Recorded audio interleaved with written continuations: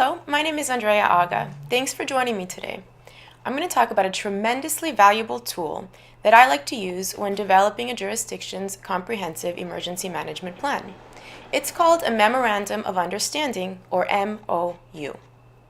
If you've been exposed to the government procurement process, you'll be well aware of how tedious and challenging the process can really be. During a declared state of emergency, you'll find that procurement policies might be lifted temporarily to help the affected area handle initial assessment and life safety issues. These relaxed standards can definitely make it easier to procure goods and services during an emergency from a policy perspective. But let's think about this from a practical perspective. Let's say your town has been experiencing drought over the past several months, and a meteorologist predicts 2 to 4 inches of rain over the next 48 hours. In most cases, residents and business owners in the community would be rather excited to receive the rain in hopes of ending this painful drought. However, consider the 2 to 4 inches becomes feet, and this torrential downfall begins to fill up your stormwater drains well beyond capacity within hours. Since the drought has caused the earth to be impervious to rain, we know flooding is inevitable. Let's say a state of emergency is declared by your mayor.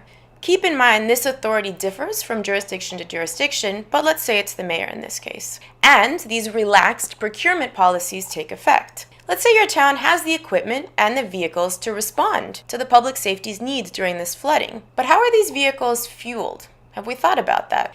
Let's say you don't keep a reservoir. Most small municipalities don't keep reservoirs of fuel. First responders will likely be competing with the public for fuel. Technically, you can procure fueling service without issuing requests for proposals under these relaxed procurement standards. But are you really going to go through the full bid process right now? No. Under these circumstances, there's no guarantee that fuel is going to be available. The vendors could have run out of gas. Your vehicles won't have priority access. You'd have to wait in line with the public. And how are your equipments and how's your vehicle going to work under those circumstances? Stations are going to be swamped, people are going to be aggressive and agitated. Priority access to fuel at traditional gas stations is a great example of when we can use an MOU. We don't need to go through the full procurement process. All we need is pure priority access. We can use the MOU for a fueling service where the vendor would deliver fuel to your generators and machinery and the like when the state of emergency is declared.